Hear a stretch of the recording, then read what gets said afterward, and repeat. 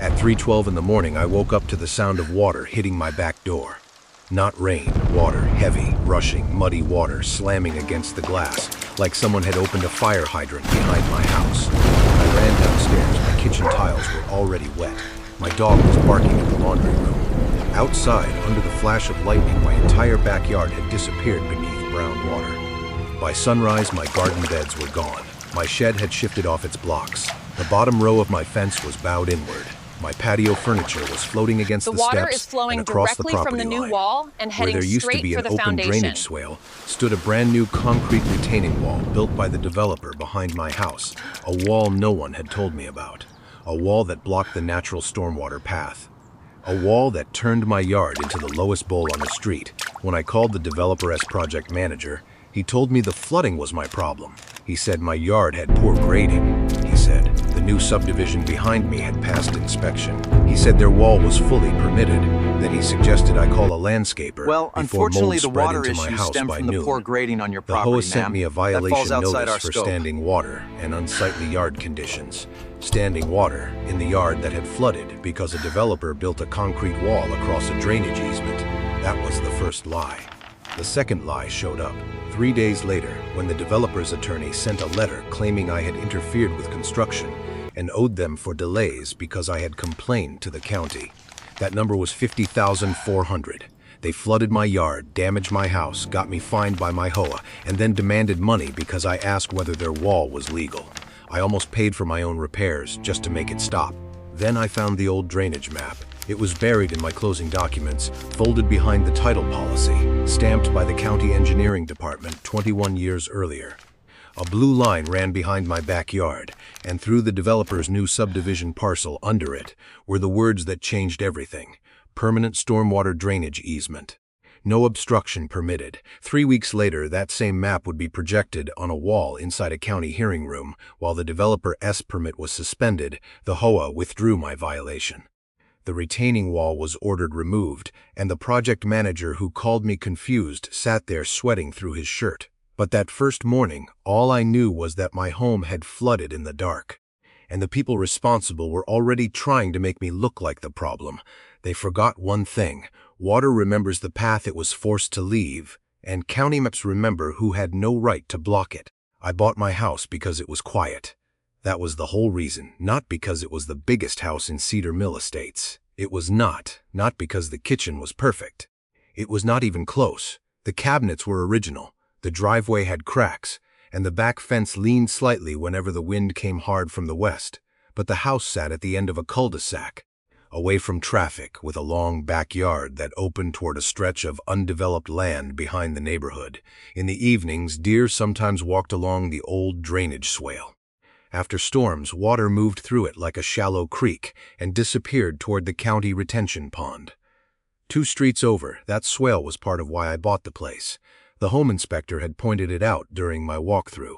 He told me my lot was lower than the homes around it, but the drainage system was designed for that. As long as the swale behind the fence stayed open, stormwater would pass behind the property instead of through it. My father heard that and made me ask for the drainage documents before closing. He had worked 30 years for a public works department in Missouri. To him, water was never casual. He used to say people respect fences because they can see them, but they disrespect drainage because they only notice it after it destroys something. So before I signed, I checked the county records. The plat showed a permanent drainage easement behind my backyard and across the undeveloped parcel. My deed referenced it. The seller disclosed it. The HOA documents acknowledged that the association could not obstruct drainage facilities or natural stormwater paths. Everything looked clear. For 7 years, it worked exactly the way it was supposed to. I lived alone, worked as a physical therapy scheduler, and kept my home simple. I planted rosemary, tomatoes, and lavender near the patio. I built raised garden beds along the back fence. My dog, Jasper, treated the grass like his personal racetrack. Every summer evening, I sat outside with iced tea and listened to frogs in the swale after rain. Then Ridgepoint Development bought the land behind us. At first, they sent glossy mailers, luxury townhomes, modern living, walkable community, increased property values. They held a public meeting at the library, where their representatives smiled under bright lights and promised responsible design. proper drainage, minimal disruption, and full compliance with county requirements. I remember asking about the swale. The representative, a man named Cole Brennan, looked at me like I had asked whether the moon would still rise. He said drainage had been professionally engineered. He said residents had nothing to worry about. He said the project would improve water management for the entire area. That phrase stayed with me. Improve water management. Within 2 months, trees were cleared. The deer disappeared. The swale became a muddy scar behind construction fencing. Dump trucks arrived before sunrise. Graders shaped the land higher and flatter. Orange silt fence sagged in the mud. Concrete forms appeared where open ground used to be. Then I noticed the stakes. They were not just marking a slope. They were marking a wall, a long concrete retaining wall running parallel to my fence, right across the old drainage path. I emailed the HOA and asked whether the developer had submitted drainage plans affecting our back lots. The HOA manager replied that all developer work was outside association authority and had been approved by the county. I emailed the county permit office and received a generic link to the project file. The file was huge: site plans, grading sheets, erosion control notes, stormwater calculations. I did not understand most of it, but I noticed one thing immediately. The old drainage easement was shown as a thin line.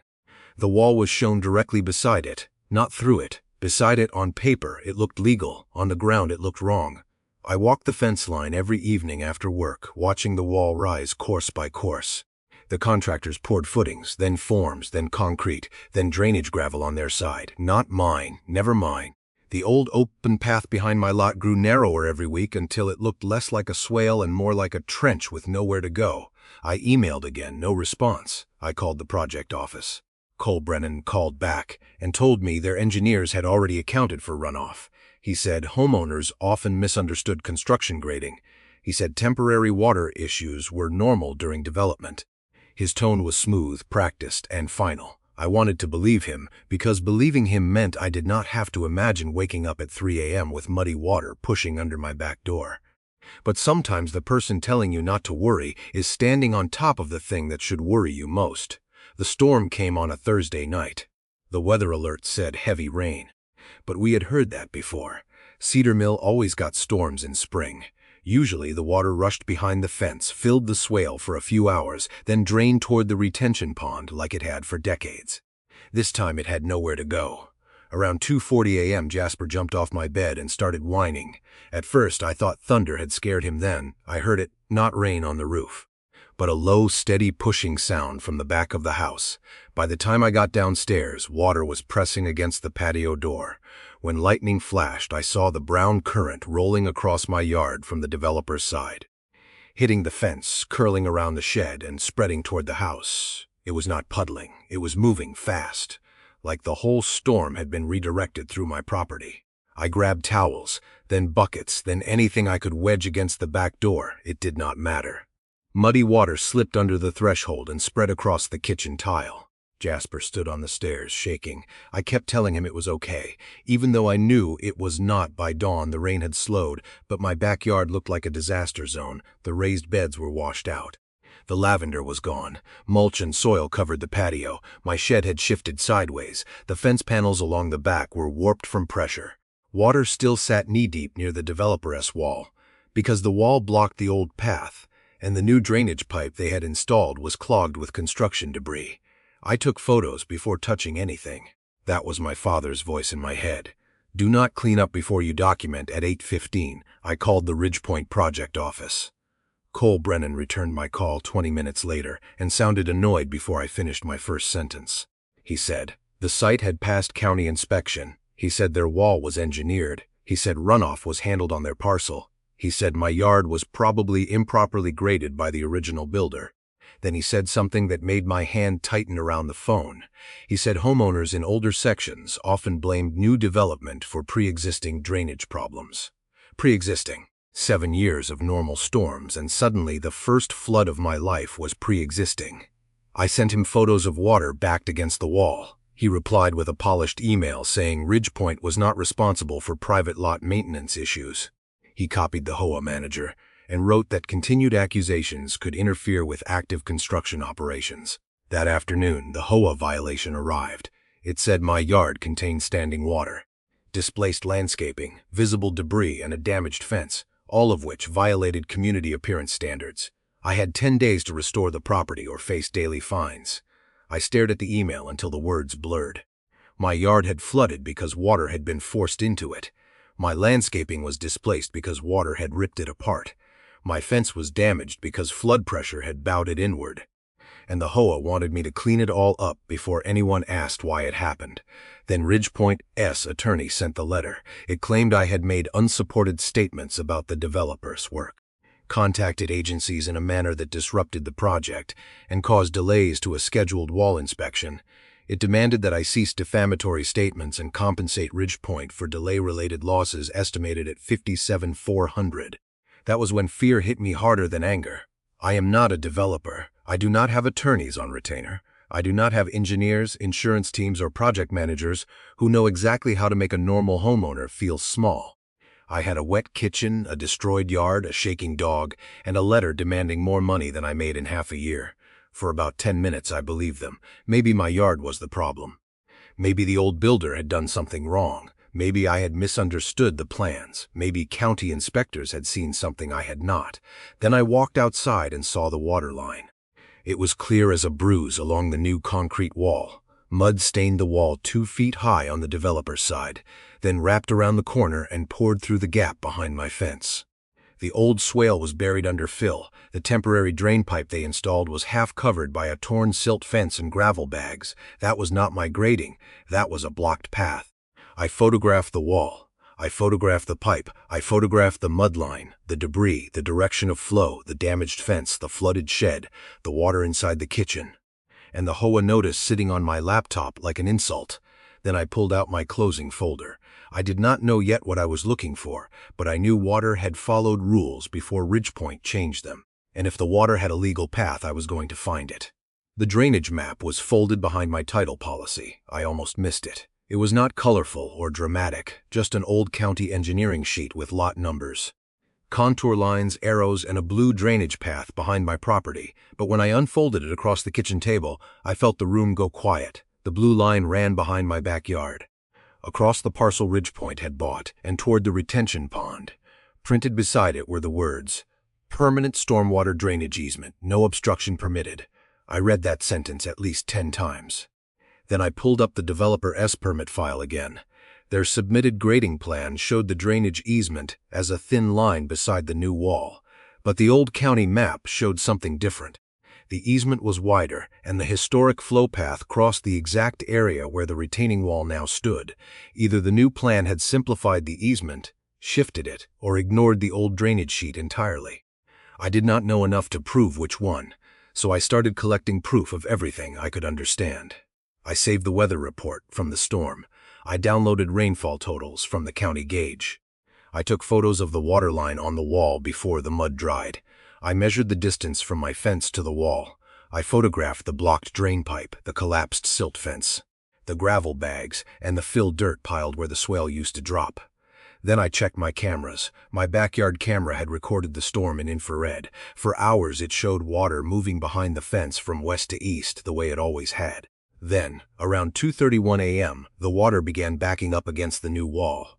By 2:48, the flow changed direction. Instead of moving along the old swale, it curled toward my fence, pushed through the low corner, and spread across my yard. That footage mattered. It did not just show flooding, it showed direction.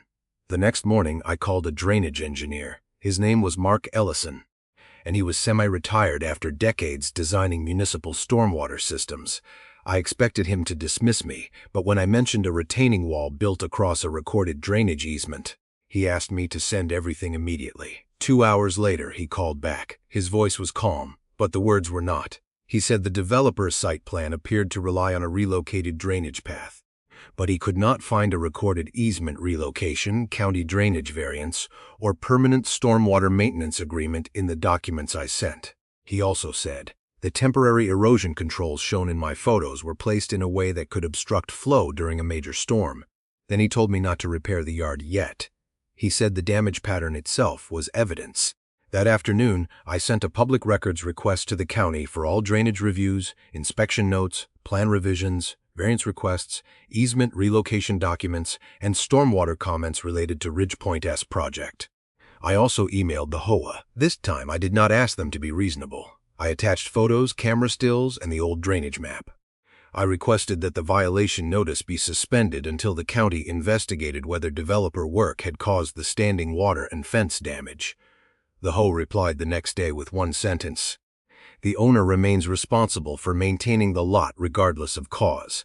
That sentence told me where they stood, not with the homeowner whose yard had flooded, with the developer whose project promised increased property values. So I called my insurance company. The adjuster arrived on Monday and immediately noticed the same thing I had. Water had not fallen in place, it had been redirected. She documented interior water intrusion. Damaged baseboards, soaked drywall behind the lower cabinets, ruined garden beds, shifted shed supports, and fence pressure damage. Then she used a word I had never heard before. Subrogation, she explained, that if my insurance paid for covered damage and another party caused it, the insurance company could pursue that party to recover the costs. In other words, if Ridgepoint caused the flood, I might not be the only one coming after them. By the end of the week, my evidence folder had grown from a few photos to a full case file old drainage map. Developer permit drawings, HOA violation, Ridgepoint attorney letter, storm footage, rainfall data, engineer notes, insurance photos, public records request confirmation, and a timeline showing exactly how water changed direction after hitting the wall. Ridgepoint had treated me like an emotional homeowner pointing at puddles, but I was no longer pointing at puddles. I was documenting flow. The public records arrived in pieces. First came inspection notes, then plan review comments, then an email thread between Ridgepoint S engineer and the county drainage reviewer. At first, most of it looked technical enough to make my eyes hurt. Then I saw the sentence applicant to confirm no obstruction to existing stormwater drainage easement prior to wall approval. That confirmation was supposed to happen before the wall was built. In the next document, Ridgepoint S engineer wrote that the retaining wall would be adjacent to easement limits and would not obstruct historical flow. Adjacent. That word had carried the whole permit. The problem was, Mark Ellison had already compared the old county drainage sheet, my deed exhibit, the subdivision plat, and the wall location from my measurements. The wall was not adjacent to the functional drainage path, it crossed it. Even worse, the developer had raised the grade behind the wall, reducing storage capacity and forcing stormwater toward my lot during heavy rain. Then the county sent the most important record of all. There was no approved easement relocation, no drainage variance, no signed maintenance agreement for the new pipe, no final engineering approval authorizing the retaining wall to replace the open swale. Ridgepoint had built a wall that depended on a drainage change no one had legally approved. Mark prepared a written report. It explained in plain language what had happened. Before construction, stormwater moved through an open swale behind my property and across the development parcel. After construction, the new retaining wall, fill, silt fence, gravel bags, and undersized temporary pipe obstructed the flow path. During the storm, water backed up, overtopped low areas, and redirected into my yard. His conclusion was only one paragraph, but I read it like it was a lifeline. The observed flood damage is consistent with obstruction of the recorded drainage easement and redirection of stormwater toward the adjacent residential lot. That was the legal turn. My yard did not flood because I failed to maintain it. My fence did not bow because it was old. My kitchen did not get wet because of poor private grading. The water came because Ridgepoint blocked the place it was legally supposed to go. My attorney sent the demand letter the next day. It went to Ridgepoint Development, their contractor, their civil engineer, the HOA management company, and the county permitting department.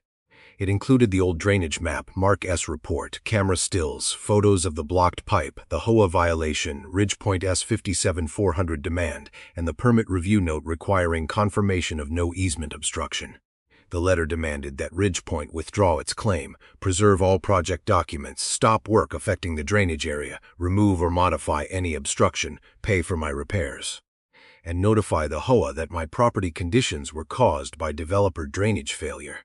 It also put them on notice that my insurance company was investigating subrogation. That word changed the temperature of the room before we ever entered one. Ridgepoint was not just dealing with me anymore. They were dealing with my attorney, my engineer, my insurer, the HOA residents, and the county department whose own note had been ignored. Cole Brennan called me that evening. For the first time, his voice did not sound polished, he said.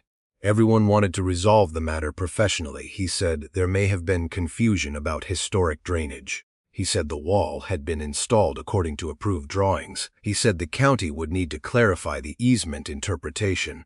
I let him talk. Then I asked one question. If the wall was approved to block the swale, where was the easement relocation? He did not answer. The next morning, Ridgepoint's attorney sent a revised letter. The 57,400 demand was withdrawn without admission of fault. They also asked that all future communication go through counsel. That was when I knew they had found the same missing document, the one that did not exist. The county hearing was scheduled for a Tuesday afternoon. I had never been inside that room before. It looked ordinary. Beige walls, fluorescent lights, folding chairs, a long table for staff, and a projector screen pulled down at the front. But to me, it felt like the first place where everyone who had talked over me would have to stop and look at the same map. Ridgepoint came with 3 people: Cole Brennan, their attorney, and their civil engineer. The HOA sent the manager and the board president. I came with my attorney, Mark Ellison, and a folder thick enough that I had to hold it with both hands. The county drainage reviewer opened with the permit history. He explained that Ridgepoint's wall had been approved based on representations that it would not obstruct the existing drainage easement. Then he showed the old county drainage map, the developer's grading plan, and Mark's overlay. On the screen, the problem was impossible to hide. The blue drainage path ran straight into the wall. No amount of polished language could move it. Mark explained the storm footage next. He showed still images from my backyard camera. Normal flow behind the fence, water backing up against the wall. The reversal of direction, and the surge entering my yard. He showed the water line on the concrete and the blocked temporary pipe. Then the county reviewer asked Ridgepoint's engineer a simple question. Where was the recorded easement relocation? The engineer looked at his notes. Cole looked at the attorney. The attorney asked for a moment to confer. That was the silence I had waited weeks to hear. When they finally responded, they said the project team believed the wall was adjacent to the easement based on the approved grading plan. The county reviewer corrected them. Approval based on inaccurate or incomplete easement interpretation did not authorize obstruction of a recorded drainage facility. The permit was suspended pending corrective action. Construction affecting the rear drainage area had to stop.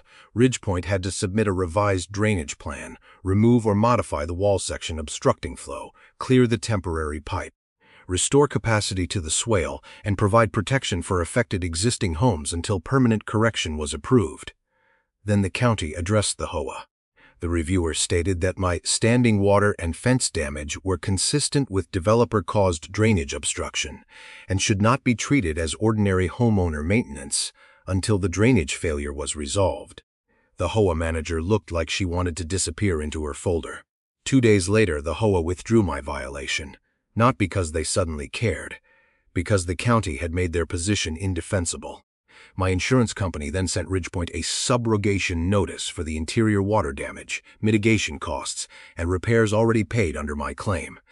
My attorney sent a separate demand for my deductible. Uncovered losses, garden and shed damage, temporary drainage barriers, engineering costs, legal fees, and the emotional burden of being threatened for reporting the truth. Ridgepoint tried one more time to soften the story. They sent a neighborhood update saying unexpected storm intensity had revealed a need for drainage adjustments. That might have worked if homeowners had not already seen the wall, the water, and the county hearing notes spreading through the community. At the next HOA meeting, residents were furious. Not just for me, for themselves. Because if Ridgepoint could block one drainage easement and call it an adjustment, what else had been simplified on a permit sheet? What else had been represented as adjacent when it was actually inside? What else would become a homeowner problem after the developer left? Cole attended that meeting he should not have. A retired engineer from 2 streets over asked him whether Ridgepoint had surveyed the easement before pouring the wall. Cole gave a long answer about professional consultants and approved plans. The retired engineer repeated the question. Did you survey it before pouring the wall? Cole did not say yes. The room heard the answer anyway. By the end of the month, the wall section behind my house was cut open and partially removed. The swale was regraded under county observation. The temporary pipe was cleared and replaced. Erosion controls were moved out of the drainage path. Ridgepoint had to install temporary flood barriers along my fence until the permanent fix passed inspection. The project delay cost them far more than the $57,400 they had tried to demand from me. But the most satisfying part was not the money. It was watching water flow behind my fence again during the next storm, not through my yard, behind it, exactly where the map said it belonged. My yard did not recover overnight. Flood damage never disappears as quickly as the people responsible want it to. The kitchen baseboards had to be removed. The lower cabinets were dried and treated. Part of the drywall behind the laundry room had to be cut out. The shed had to be reset. The fence needed reinforcement. My garden beds were rebuilt from scratch. For weeks, every repair reminded me that someone else's shortcut had entered my home. But the difference was I was no longer paying for it alone.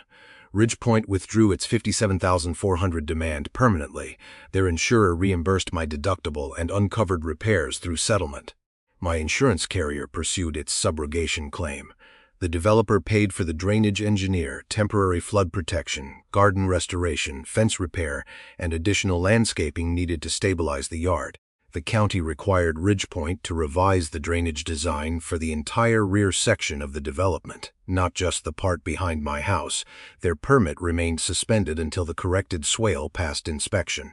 Several townhome lots were delayed. One retaining wall segment had to be redesigned completely. Cole Brennan was transferred off the project, at least that was how Ridgepoint described it. The HOA, after pretending my flooded yard was a maintenance violation, had to send a written notice to residents explaining that my damage was linked to developer drainage obstruction. They also changed their violation policy, so weather-related damage could not be fined while a county or insurance investigation was pending. That policy should have existed already. But some rules only appear after someone gets hurt by the absence of them. The first rain, after the repair came late on a Sunday afternoon, I stood at my back door with Jasper pressed against my leg. Both of us watching the fence line. The water gathered behind the yard, moved along the restored swale, passed through the cleared channel, and kept going toward the retention pond. It did not turn toward my patio. It did not hit my back door. It did not enter my kitchen. For the first time in months, rain sounded like rain again. I planted rosemary where the old bed had washed away. I replaced the lavender. I bought a new shed latch and repainted the fence boards that had survived. It was not the same yard, not exactly, but it was mine again. I kept the old drainage map framed in my office. Not because it was pretty, it was not. It looked like a boring engineering sheet with faded lines and small numbers. But that map did what fear, anger, and pleading could not do.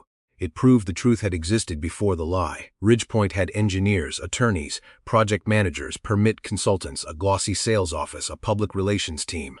I had a folded map, a camera, an insurance adjuster who paid attention, and one retired drainage engineer who understood that water does not care how expensive your development is. It only cares where gravity sends it. So if a developer, HOA, contractor, or neighbor ever tells you that damage to your property is your problem, do not accept their confidence as proof. Ask for the permit. Ask for the map. Ask for the easement. Save the weather report. Photograph the water line before it dries. And never let someone who changed the land convince you the flood was always there. If this story made you think of someone who needs to hear it, share it with them, leave your thoughts in the comments, save the video, and subscribe for more stories about ordinary homeowners who learned that the quietest document can stop the loudest lie. Because in the end, I did not beat Ridgepoint by being louder. I beat them by following the water back to the place they had no right to block.